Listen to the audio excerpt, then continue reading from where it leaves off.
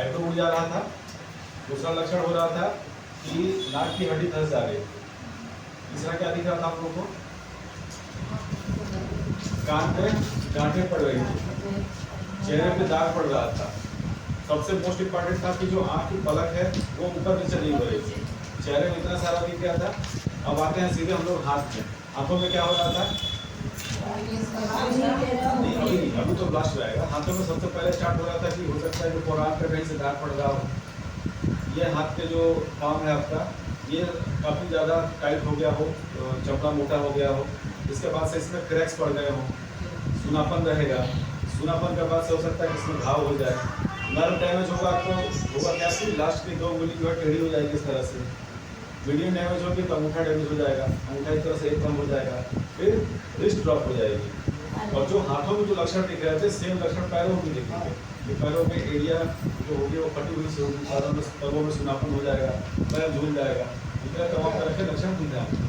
तो अगर राह चलते हुए अगर दिख गया तो वो सलाह दे सकते हैं भैया तुमको लग रहा है कुछ हो रहा है, अपने नजदीकी स्वास्थ्य केंद्र में जाकर जाँच कराएं। इतना सारे लक्षण दिख गए। अब आते हैं कि मान लीजिए किसी पेशेंट को हम लोगों ने कुछ हुआ है 12 महीने या 6 महीने की दवाई खिला के इलाज करवा दिया है। इलाज के बाद भी तो पेशेंट विकलांग हो सकता है। तो वही विकलांग की विकलांगता क्यों आ रही है, कौन सी मसल की वजह से आ रही है और कैसे हम उसके नर्व को पकड़ पाएँ, इसके लिए जानना है। तो सबसे पहले जो हमारा अपर भाग है शरीर का, उसमें 2 नर्व इन्वॉल्व होती है।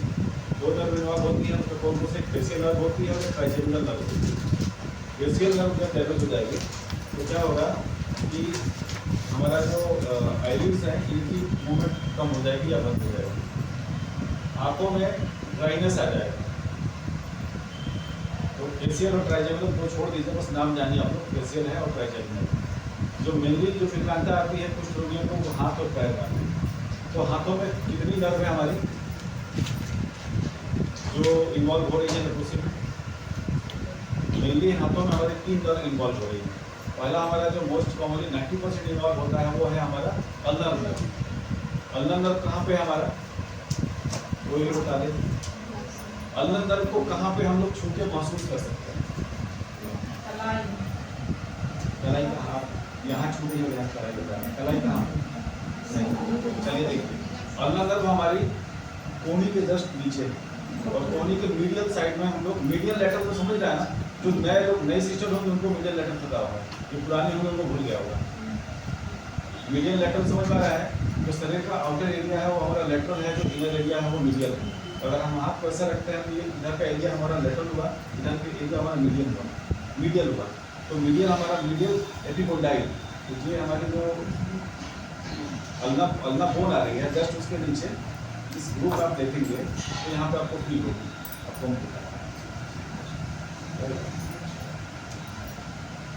तो पेशेंट को हाथ को हम लोग थोड़ा सा इस तरह से मूव कर देंगे और इस जगह जो कोना हड्डी दिख रहा है जस्ट इसके अंदर चलेंगे और अंदर हम जब इसको फिंगर को रोल करेंगे तो हमें ये फील होगी। कभी आप लोग उंगली पर चोट लगा है, झंग से चोट लगा है, वो चोट हमारी अल्नर नर्व में ही लगता है। और अल्नर नर्व की सप्लाई कहाँ होती है? लास्ट की 2 फिंगर्स होती है, लास्ट की 2 फिंगर्स और मिडिल फिंगर के आधे पे। अब इसके वजह से क्या होता है कि अगर ये नर्व डैमेज हो जाएगी तो हमारा ये इतना एरिया शून्य होने लगेगा। कुष्ठ के रोगियों को क्या होता है, सबसे पहले जब अल्नर नर्व डैमेज होगी ये सुनापन आने लगेगा। अच्छा, पहले इससे पहले हम जान लेते हैं नर्व का क्या काम क्या होता है। नर्व का काम पता है आपको? भूल गया हूँ, जो ज़्यादा सीनियर सीटर है वो भूल गए। नर्व का हमारा मेनली 3 काम होता है, सेंसेशन होता है, दूसरा बुका होता है, तीसरा ऑटोनोमस फंक्शन होता है। तो अगर हमको ठंडा गर्म का एहसास हो रहा है तो हमारा सेंसेशन वाला पार्ट करवा रहा है, ठीक है। अगर हमको यहाँ पे अगर हम तेल घुमाएंगे अगर चुभेगा हमको तो यहाँ से सूचना हमारे दिमाग हो जाएगी, दिमाग फिर एनालाइज करेगा कि क्या करना है इसमें, ठीक है। इसी तरह से हमारा मोटर फंक्शन गड़बड़ होगा तो क्या होगा कि नर्व जिस एरिया में सप्लाई करती है उस एरिया की मसल अगर वर्क नहीं करेगा, नर्व जिस एरिया में सप्लाई करती है वो पैरालाइज हो जाएगा। इसी वजह से कुछ रोगियों को जो हाथों में डैमेज आता है उनको आप बोलिएगा किस तरह से बीक बनाने के लिए वो अपनी सारी उंगलियों की तरह टच नहीं करा पाएगा। अगर मान लीजिए कि उंगली टेढ़ा हो गया तो कैसे बीक बनाएगा, तो 2 उंगली बना पाएगा। तो अल्नर नर्व की जो सप्लाई होती है वो हमारे लास्ट की 2 फिंगर्स में है और हाथ में। तो इसका हम लोग अगर चेक करना है नर्व को छू के हम चेक कर देंगे। यहाँ छू के हम बता दिए कि हाँ नर्व हमारी मोटी है, छुएंगे और मरीज के चेहरे को ध्यान से देखते रहेंगे जब नर्व में अगर डैमेज होगा, नर्व इन्फ्लेमेशन होगा, न्यूराइटिस होगा, तो ऐसे छुएंगे तो मरीज जो है अपना चेहरा थोड़ा खींचेगा, उसको झलने से अचानक से दर्द होगा, तो उसका एक्सप्रेशन चेहरे पे दिखेगा। ठीक है। अब इस नर्व का सप्लाई एरिया जो है इस दो उंगली का, इस दो उंगली में सप्लाई एरिया है, उस आधे उंगली में। तो इसका देखना पड़ेगा कि इसका जो सप्लाई एरिया मसल में सप्लाई है तो कमज़ोर है या नहीं है।